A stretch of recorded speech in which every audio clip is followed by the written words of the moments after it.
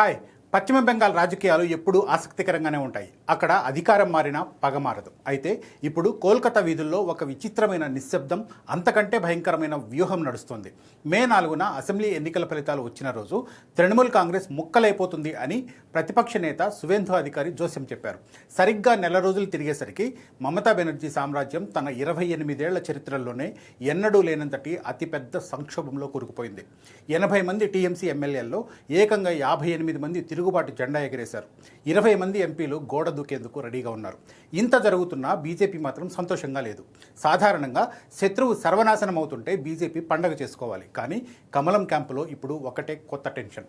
తృణమూల్ పూర్తిగా కుప్పకూలిపోతే బీజేపీకి బెంగాల్ కలిసొస్తుందా, లేక అంతకంటే ప్రమాదకరమైన రెడ్ ఆర్మీ దూసుకొస్తుందా?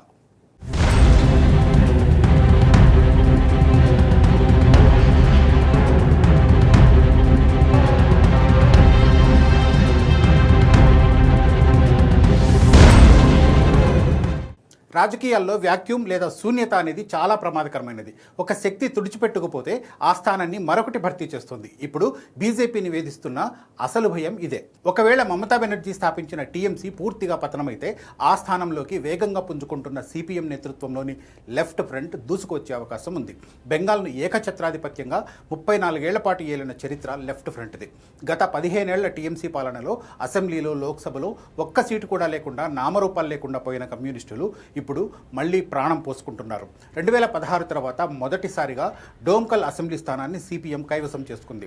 సోషల్ మీడియా అంతటా దశాబ్దాలుగా మూతపడిన పార్టీ ఆఫీసులను తెరిచి రంగులు వేస్తున్న దృశ్యాలు కనిపిస్తున్నాయి. ఇది కేవలం ఊహాగానం కాదు. దీని వెనుక పక్కా గణాంకాలున్నాయి. ఇటీవల జరిగిన ఫాల్తా ఉప ఎన్నిక ఫలితాలు బెంగాల్ రాజకీయ ముఖచిత్రాన్ని మార్చే సూచనలు ఇచ్చాయి.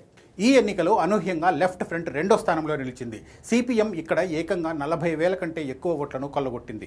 చివరి నిమిషంలో చేతులెత్తేసిన టీఎంసీ అభ్యర్థి జహంగీర్ ఖాన్ను వెనక్కి నెట్టి మరీ కమ్యూనిస్టులు ఈ ఘనత సాధించారు. దీనికి తోడు లెఫ్ట్ అనుబంధ సంస్థలైన all Bengal teachers association ABTA, centre of Indian trade union CITU railway స్టేషన్ల హాకర్ల తరలింపులకు వ్యతిరేకంగా వీధుల్లోకి వచ్చి పోరాడుతున్నాయి. క్షేత్రస్థాయిలో టీఎంసీ శ్రేణులు నిశ్శబ్దంగా ఉంటే లెఫ్ట్ క్యాడర్ మాత్రం దూకుడు పెంచింది. బీజేపీ బెంగాల్లో ఇంతలా ఎదగడానికి కారణం ఏంటి? ఒకప్పటి సంప్రదాయ లెఫ్ట్ ఓటర్లే. మమతా బెనర్జీని గద్దె దించడమే లక్ష్యంగా 2019 లోక్సభ, 2021 అసెంబ్లీ ఎన్నికల్లో 20% కంటే ఎక్కువ మంది సాంప్రదాయ లెఫ్ట్ ఓటర్లు నిశ్శబ్దంగా బీజేపీకి ఓటేశారు. ఆ మైగ్రేషన్ వల్లే బీజేపీ 18 లోక్సభ స్థానాలను, 77 అసెంబ్లీ స్థానాలను గెలుచుకొని బెంగాల్లో ప్రధాన శక్తిగా ఎదిగింది. ఇప్పుడు టీఎంసీ కనుక అంతమైతే అదే ఫార్ములాను లెఫ్ట్ కాంగ్రెస్ కూటమి రివర్స్లో అమలు చేస్తుంది. ఓడిపోయిన టీఎంసీ ఓటు బ్యాంకు మొత్తాన్ని ఈ కూటమి లాగేసుకుంటే బీజేపీకి కోలుకోలేని దెబ్బ పడుతుంది. టీఎంసీలో ఇంత పెద్ద తిరుగుబాటు జరుగుతున్నా బీజేపీ ఎందుకు ఆ ఎమ్మెల్యేలను లాక్కోవడం లేదని చాలామందికి డౌట్. కానీ దీని వెనుక పెద్ద వ్యూహమే దాగి ఉంది. ఢిల్లీ అధిష్టానం ఒక్క మాట చెప్తే చాలు, 58 మంది టీఎంసీ ఎమ్మెల్యేలు, 20 మంది ఎంపీలు బీజేపీలో చేరడానికి సిద్ధంగా ఉన్నారు. కానీ బీజేపీ రాష్ట్ర అధ్యక్షుడు సమీక్ భట్టాచార్య మాత్రం తిరుగుబాటుదారులకు తలుపులు మూసేశామని, బీజేపీని తృణమూలీకరణ చేయలేమని స్పష్టం చేశారు. దీని వెనుక పెద్ద వ్యూహం ఉంది.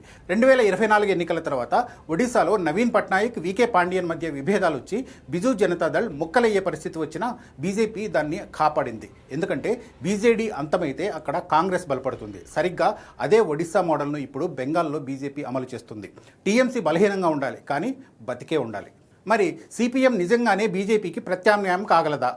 క్షేత్రస్థాయిలో ఊపు కనిపిస్తున్నా అది ఓట్లుగా మారాలంటే కమ్యూనిస్టులు తమ పాత వ్యూహాలను మార్చుకోవాల్సిన అవసరం ఉంది. ఇప్పటి వరకు లెఫ్ట్ పార్టీలు తమ పూర్తి శక్తినంతా టీఎంసీని విమర్శించడానికే వాడాయి. కానీ ఇప్పుడు వారి ప్రధాన శత్రువు బీజేపీ కావాలి. ఆర్థిక, భౌతిక ఇబ్బందులు ఎదుర్కొంటున్న సామాన్యులకు అండగా నిలబడాలి. దక్షిణ బెంగాల్లో మైనారిటీ హిందూ ఓటర్లను ఆకర్షించాలంటే నిరంతరం టీఎంసీ మద్దతుదారులపై దాడి చేయడం ఆపాలి. అప్పుడే టీఎంసీ ఓటర్లు రెడ్ ఫ్లాగ్ వైపు మొగ్గు చూపుతారు. రాజకీయాల్లో శత్రువుకు శత్రువు మిత్రుడు కావచ్చు, కానీ శత్రువు అంతం ఎప్పుడూ లాభం కాకపోవచ్చు. మమతా బెనర్జీ సామ్రాజ్యం కూలిపోవాలని కోరుకుంటున్న బీజేపీ ఆ శిథిలాల నుంచి లెఫ్ట్ ఫ్రంట్ అనే ఒక మరింత కఠినమైన శత్రువు పుట్టుకొస్తాడని భయపడుతోంది. అందుకే విపక్ష స్థానాన్ని ఆక్రమించి ఉంచాలి, కానీ అది తమను సవాలు చేయకూడదు. ఇదే వ్యూహంతో టీఎంసీని ఐసీయూలోనైనా బతికించాలని బీజేపీ భావిస్తున్నట్టు తెలుస్తోంది.